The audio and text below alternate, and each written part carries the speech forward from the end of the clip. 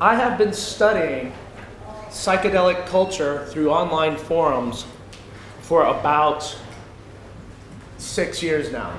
5.5, 6 years now. It has faded a bit recently.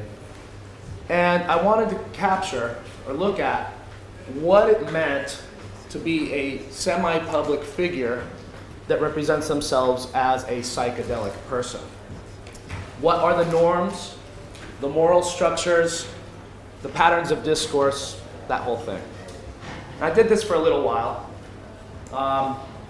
And I'm trained as a medical anthropologist, and what caught my attention was the healing side of psychedelics. It was everywhere, permeating pretty much a hefty, certainly more than half, maybe up to 80% of conversations about psychedelics.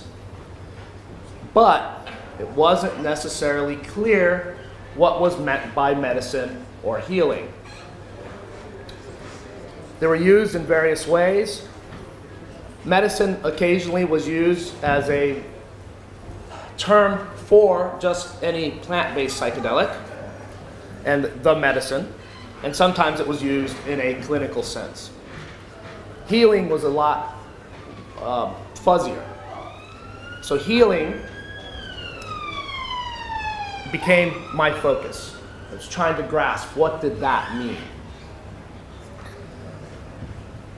Appears to me that healing is in contrast, in this contrast with biomedicine.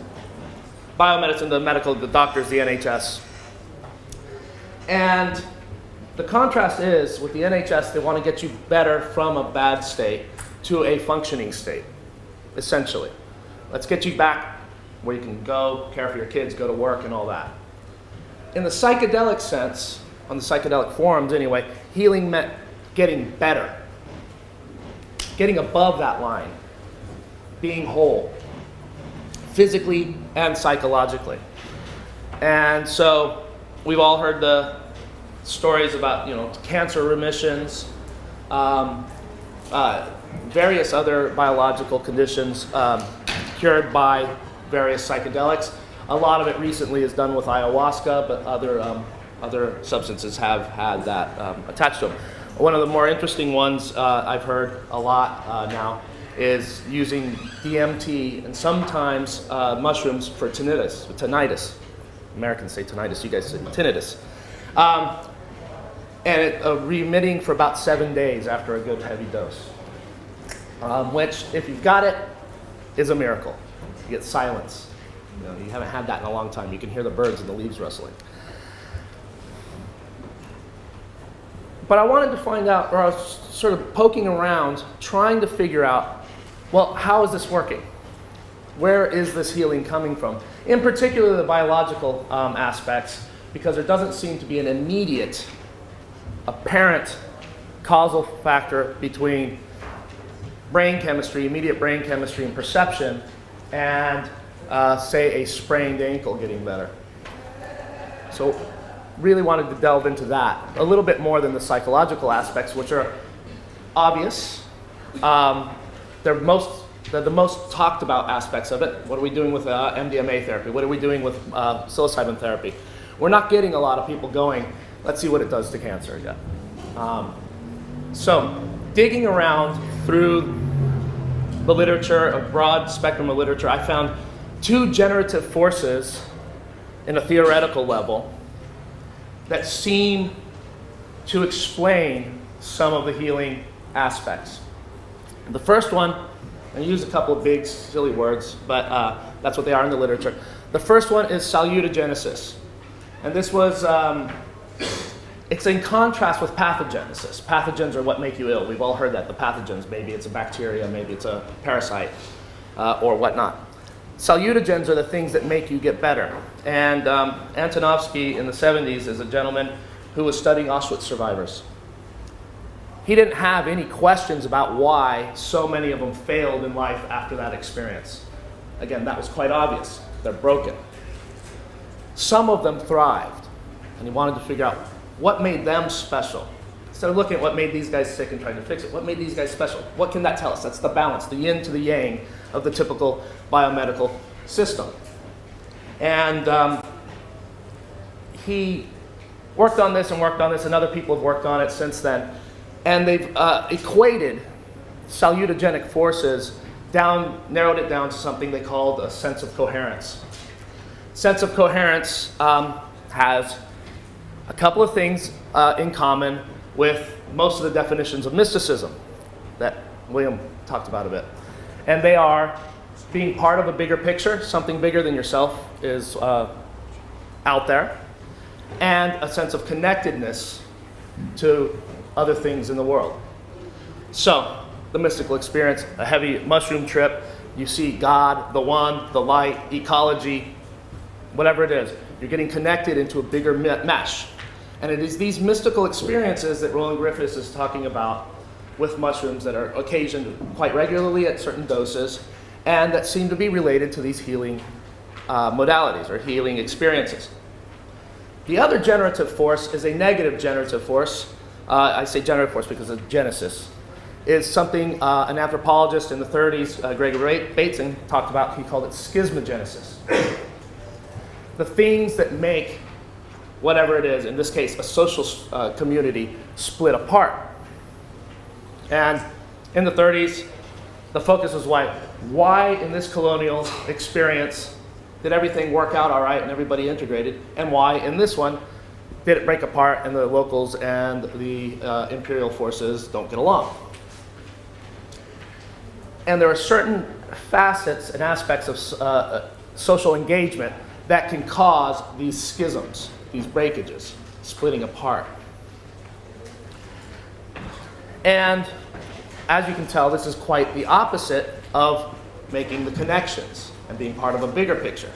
It's a fracturing versus connectedness.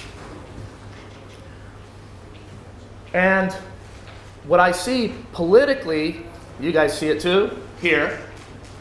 This is a nice, really nice event, I think, to pat my own back. But we've come together. There's 650 people that you can talk to about using your psychedelics. It's a community. We've built something here. You're not alone anymore. You're not the only tripper in the village. And a lot of people feel like that. Of course, they forget there's a dealer there, so he's probably selling to more than you. But they're hidden. It's a hidden population. And if you look around this community, we're not all your stereotypical hippies and freaks. There's some very conservative, straight-looking people here. It could be your next-door neighbor, but we don't know it. There's a schism. And the schism is caused by the legal nature, the legal definition of psychedelics as you can go to jail for using them, you have to hide this, it's going to make you crazy. All those sorts of stories and actual legal actions break this community apart, make us hide amongst ourselves, sometimes in plain view, sometimes not. We don't know who in our community is doing this. Now we know a few more of them. And these fractures would downplay or negate the healing qualities of these psychedelics if salutogenesis is a driving force in the healing modality. There is a bit of evidence for that. You seem to get far more healing, consistent and regular healing experiences traveling to the Amazon to take ayahuasca than taking mushrooms at a festival. Healing happens in both, and non-healing happens in both. But there seems to be this balance. In another culture, where it is accepted, it is not illegal, there is a social structure around you, a shaman, a practitioner, all who can make you feel comfortable. You're part of something bigger. They draw out that bigness, the okayness.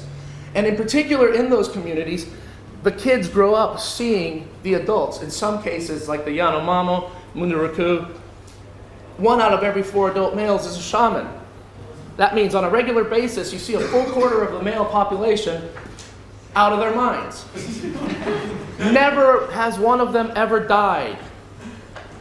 We have people presenting to hospitals thinking they're dying because they don't understand what the process is they're going through. There's no one there, that social structure saying, it's okay, nobody dies. You know this deeply inside you. And so in this context, it's safe. And that's why you're probably getting better effects in clinical settings. People feel safe. It's legal. There's doctors around that can check your blood pressure, make sure you're okay, and all that. Thank you. And so there seems to be this imbalance in the sociality of it.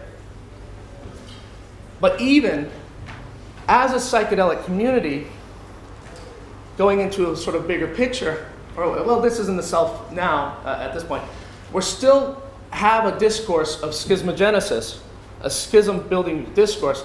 We talk quite a bit about ego death. I'm going to kill a part of myself that is not good. I'm fracturing myself. That is a bad thing, the ego. That's me. It's part of me. It has a role. And when we're creating an internal sense of aggression, of force, there is a schisming within the self. And I think this is another force that's making the healing aspect of psychedelics dampened. I like to think of it as an ego holiday. I've spoken to my ego, very friendly conversations. I removed it, put it up here, had a chat with it. I'll see you in a couple hours. It's like, cool, we're friends, and off we go. That's so much better than, I'm fucking dying! Right? There is a rebirth aspect of the dying, which is quite a valuable experience. I'm not saying that there's all bad and all good. But this ego fracturing stuff is related to what I think is a broader discourse, a community discourse of enlightenment, a focus on the light, a focus on bright things. We become enlightened. We destroy our ego, we become enlightened. And we all want to become enlightened. We want to grow our better natures, right? We all have this sense within us. It is better to be good. But who defines good? We're running away by forcing the movement to enlightenment away from the dark, the shadow, these types of things. And a lot of these enlightenment traditions do talk a lot about working with that material and getting beyond it. I've found a lot of inspiration among the Sufis, a particular branch of Sufis, as noted by this gentleman, by Corbijn. The Sufis, beyond the white light is the black light. That's the next step. Once you got all the good stuff, the stuff you want to deal with, now get into the ugly stuff. Integrate that, love that. When you can love the fact that you kick sand in a kid's face in the playground, when you can love the fact that you've essentially beat up your little brother on a regular basis, love it because it's part of you, not because it's good. But it is part of you. It is part of your experience. It makes you who you are, makes them who they are. Going into the dark, I think, is a way to avoid that fracturing, the hiding of the multiple facets of ourselves. And this, I'm calling, in my own mind right now, the tyranny of light. We have it in scientific discourse, the Enlightenment. We have electric light. We have it on all the time. There are health effects to having electric light on. There's electromagnetic aspects, but there's also the simple fact that if the lights are on late at night, you'll eat a little bit more in the middle of the night. And this may be related to some of the increases in obesity, for instance. So there's an aspect to light. I'm not saying light's bad, but dark is bad too. And in the dark is where the mystery comes, the beauty, the strange, the new. In the light, we've got the walls. What we get is a pretty good view of what's in that corner. It's the sandpaper that we can chisel away. You can chisel away at marble and get the David, or you can sit there and find these, work of sandpaper till you get there. One way's a lot easier, right? Get the sandpaper at the end when it's there. And so there's these other aspects of ourselves that are working in a way. And this has become very, very pertinent to me in my life. Allen Ginsberg, I believe it was Allen Ginsberg, said, I don't want to hear your trip story. What did you do after? What did it do to your life? Can I love the ugly? Can I love the good in myself? I've changed careers recently. I now work with excluded children, the children excluded from schools in a pupil referral unit, 14 to 16 years old. Among the most damaged people I will ever experience in my life. 14 years old, case histories this thick of abuse, neglect, drug problems, you name it. files. They all have big dossiers, and I get to read them, or I have to read them so I can understand them. And these kids are vile. When they get frustrated, they destroy property. One kid in a fit destroyed 700 pounds worth of equipment in the school. I have been punched. I've been strangled, almost to unconsciousness. This doesn't happen anymore. They think I'm all right now. I've passed their tests. But it's a very, very tough situation. And these kids are hard to love. But working with them, living with them, spending 8 hours a day with them, 5 days a week, every week since the 1st of October, has made me love these vile monsters who mug old ladies for their mobile phones to get £5 for whatever reason they want. They don't see a way out. I know where they're coming from. I miss the ones who've left because the end of the school year has happened for some of the year 11s. I will miss the ones that are going next year. I have entered into this space where I can actually be quite compassionate with their plight and love them. Not love the acts they do, but I'm in there with them. And this is how we'll heal society at a broader level. You are a person, Luke. You're a person, and I love you, even though you do bad things.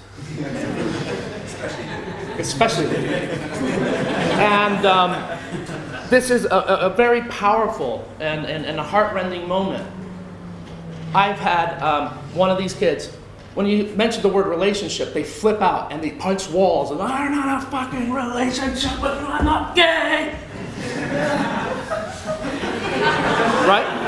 This kid, a few months later, because I've fucked up and I've apologized to him, he's never been apologized to by an adult. Nobody gave him that respect. I've been joking around with him. He did this one day. Ollie. Come on, you want to take it on? Take it on? Yeah. No. Just squeeze my shoulders. No, he squeezed my shoulders after trying to pick a fight with me jokingly.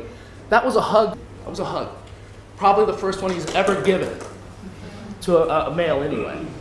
And this is the healing I'm talking about. These kids are not going to be perfect models of society.